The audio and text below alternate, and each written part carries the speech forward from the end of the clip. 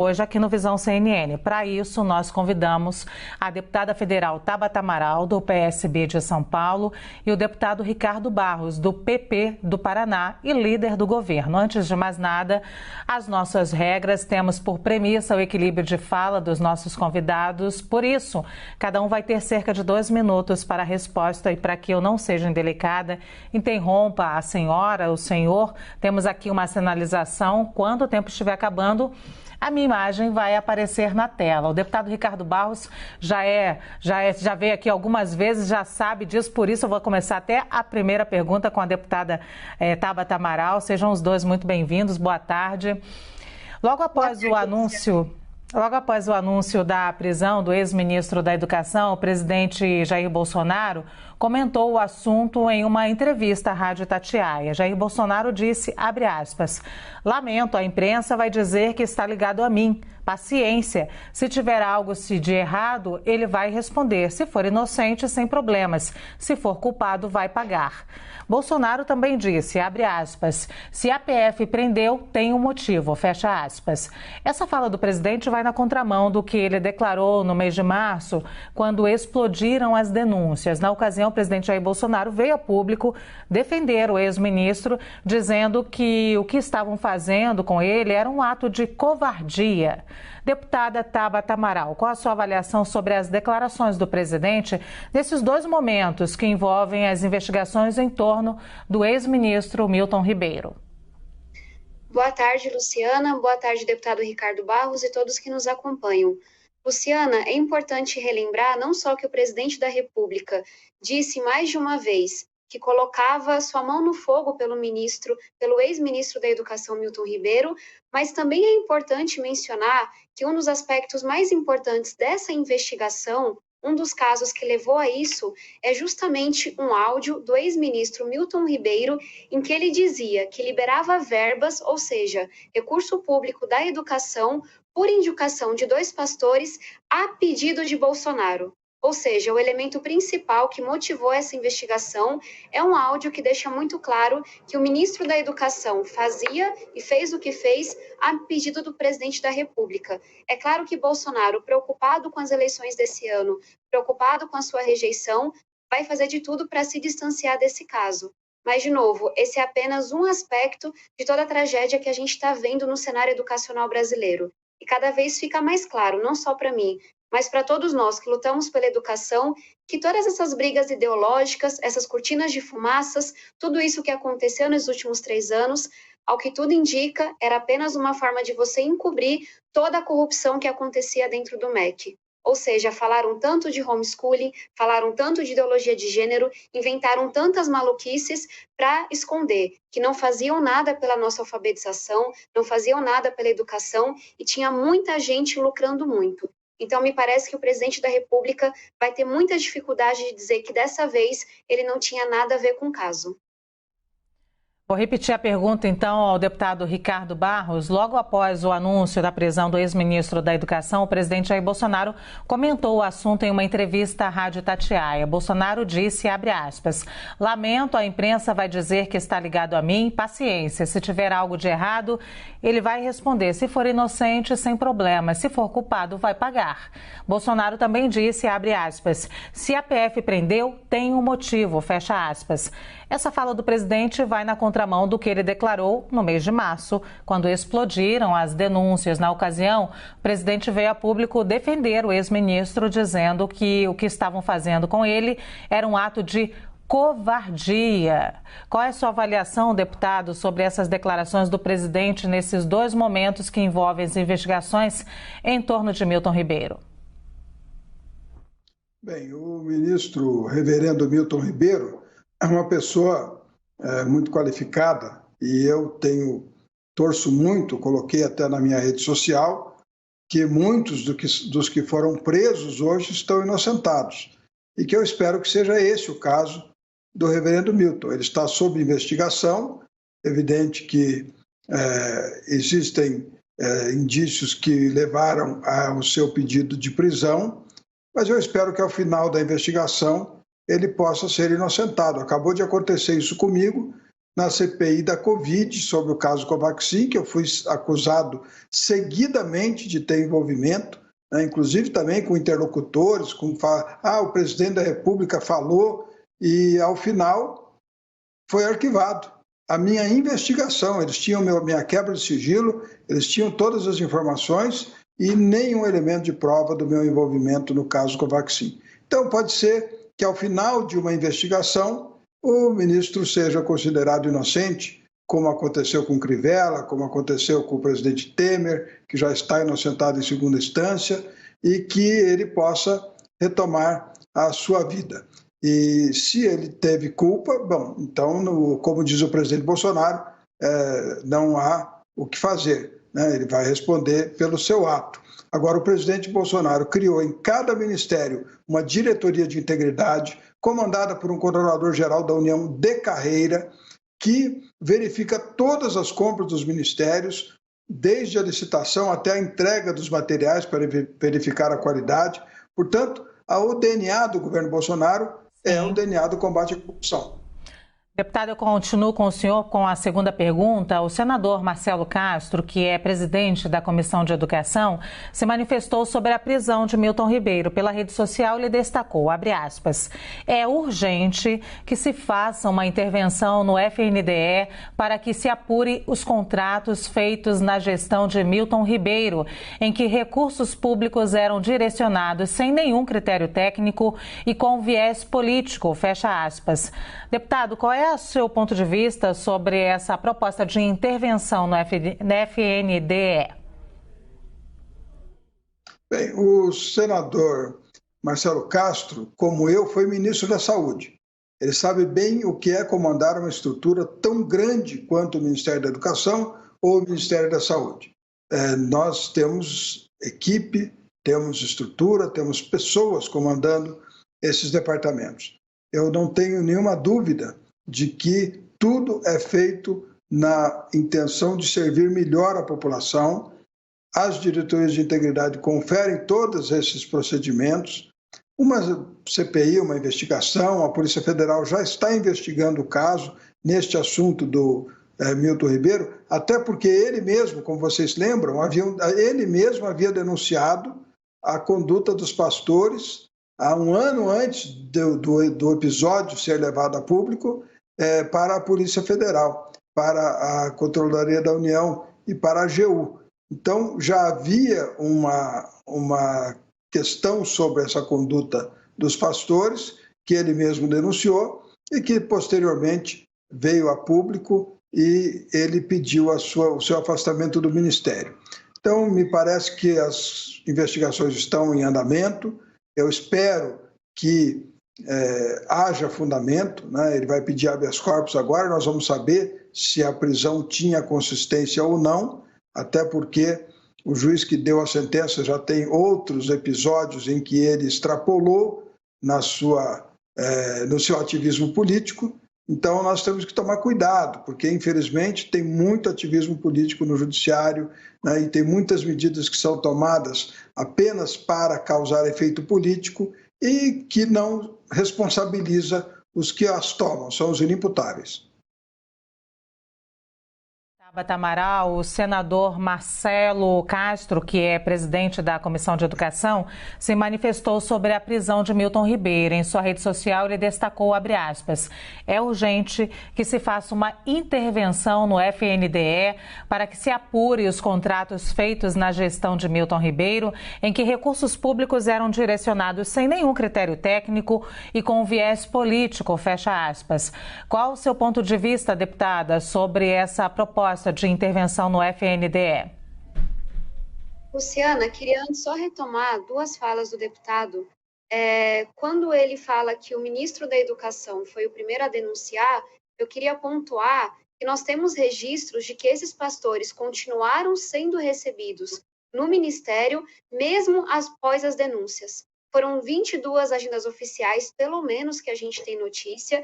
Inclusive, foi um questionamento que eu levei ao novo ministro da Educação, Vitor Godoy, na Comissão da Educação, mas, infelizmente, ele não respondeu à minha pergunta.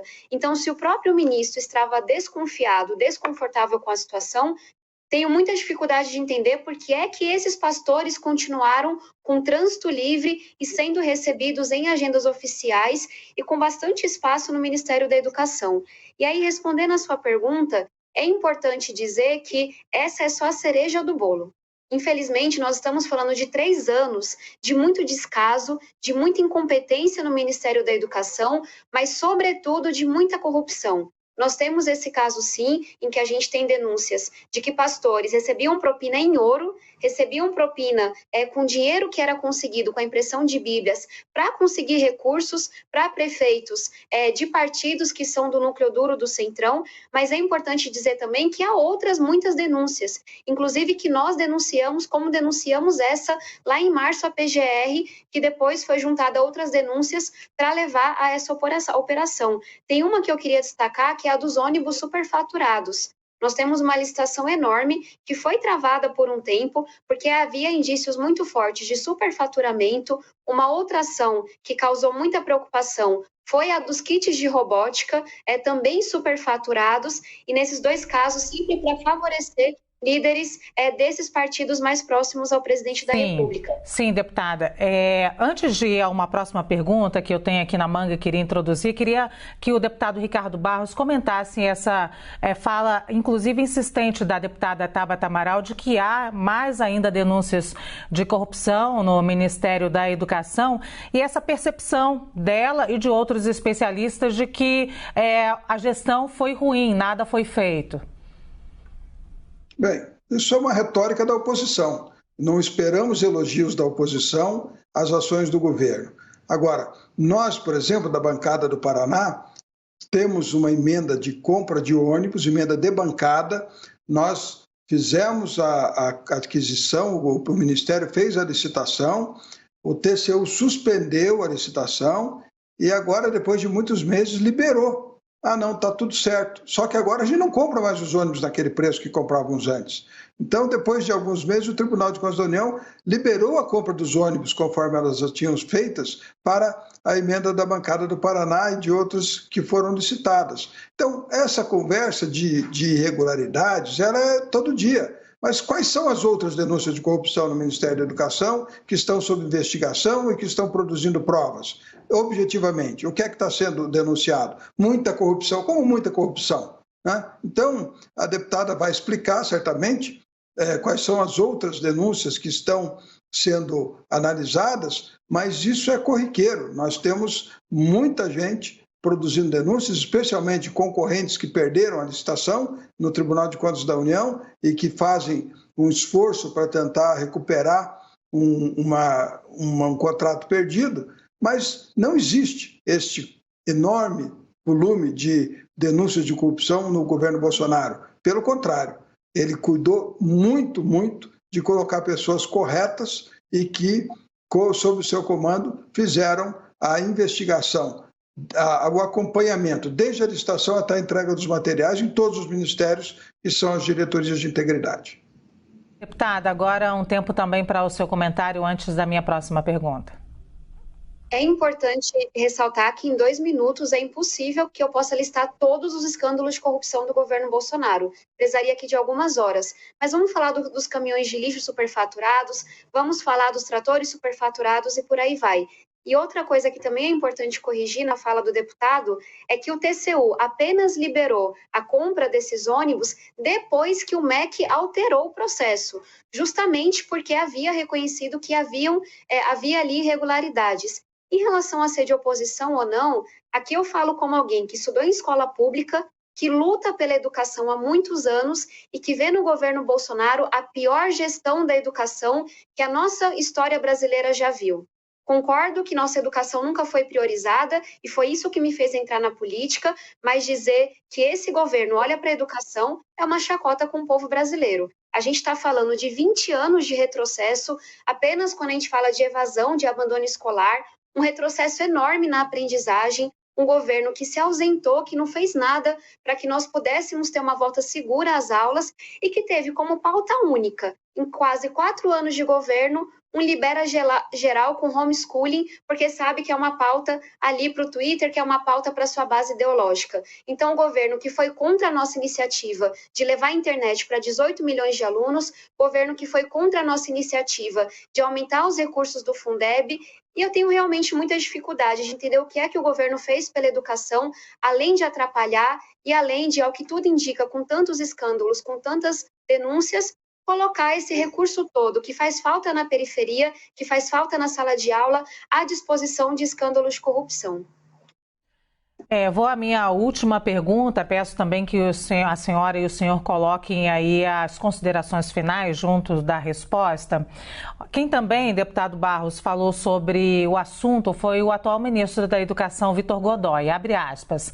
Nosso governo não compactua com qualquer tipo de irregularidade ou desvio, ainda mais recursos da educação. Todos sabemos o momento que nós temos vivido na educação brasileira e mundial com a pandemia. Nossos esforços são para que a gente esclareça todos os fatos, fecha aspas. Deputado Ricardo Barros, qual é o seu posicionamento sobre essa fala do atual ministro da Educação? O ministro está dizendo o que o presidente também disse. Este governo não compactua com corrupção, esse governo agiu para evitar corrupção, criando as diretorias de integridade, nomeou pessoas que tinham um histórico de boa conduta, todas verificadas antes da nomeação, e espera que todos cumpram o seu papel no serviço público da melhor maneira possível. Agora, nós herdamos um IDEB de menos de 4, muito ruim a nota do IDEB do Brasil, né? Nunca funcionou direito. As universidades públicas com muitos problemas, como você sabe, apesar de receberem os melhores alunos, porque os alunos da escola particular passam no vestibular da universidade pública e tomam a vaga daqueles que estudavam no ensino público. Então, tem muita coisa que nós temos que corrigir neste modelo que está estabelecido, mas que não iniciaram no governo Bolsonaro. Então, cada governo tem uma visão, tem uma prioridade, tem uma forma de enfrentar os problemas, e o presidente Bolsonaro deu aos seus ministros da educação autonomia para conduzir o ministério dentro da sua visão. Então, estamos aí reafirmando o que disse o ministro da Educação e o presidente Bolsonaro. Não se compactua com corrupção nesse governo. Se alguém teve desvio de conduta, vai responder pelo desvio de conduta que teve. Agora, não há esta enorme lista, deputada Tabata, de denúncias de corrupção no governo Bolsonaro.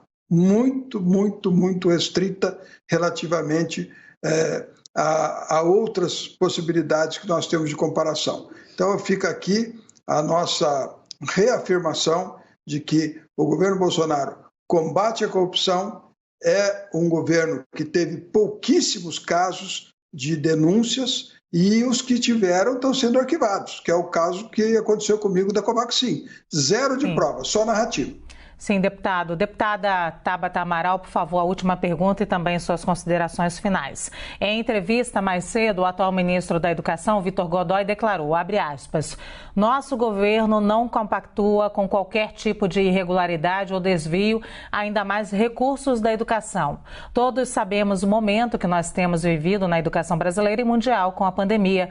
Nossos esforços são para que a gente esclareça todos os fatos, fecha aspas. Qual o seu posicionamento sobre essa fala do atual ministro da Educação, deputada?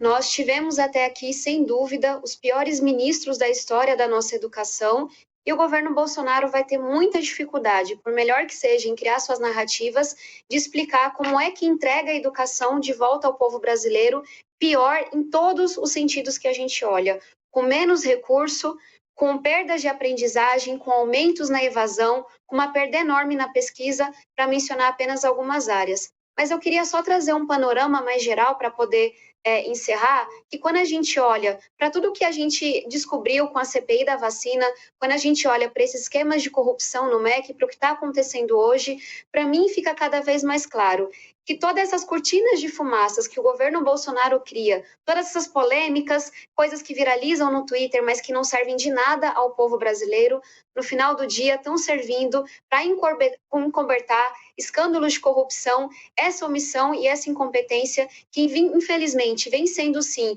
o tom que o governo Bolsonaro vem dando a muitas áreas, mas especialmente a educação, que foi a área que mais sofreu. Então, me parece que fica muito difícil, por mais que se esforce, dizer que esse governo não é corrupto, quando tudo aponta que é um dos mais corruptos, se não o mais corrupto que já tivemos, e aí não fica sobrando em dúvida nenhuma que esse foi o maior retrocesso que a nossa educação já enfrentou nos últimos anos. E, de novo, é uma geração inteira que vai enfrentar o mercado de trabalho, que vai enfrentar a sua vida com muito mais dificuldade, com muito mais penúria, porque por 4 anos nós não tivemos o Ministério da Educação. Mais uma vez, obrigada pelo convite. Eu que agradeço, então, deputada, aos 2 deputados, inclusive, por mais uma vez, o deputado Ricardo Barros aqui também presente no Visão CNN, os 2 deputados por terem a coragem de vir aqui debater um tema tão importante em um dia especificamente triste, onde ninguém ganha, com certeza, no Brasil. Agradeço, então, aqui ao deputado Ricardo Barros e à deputada Tabata Amaral por participarem com a gente.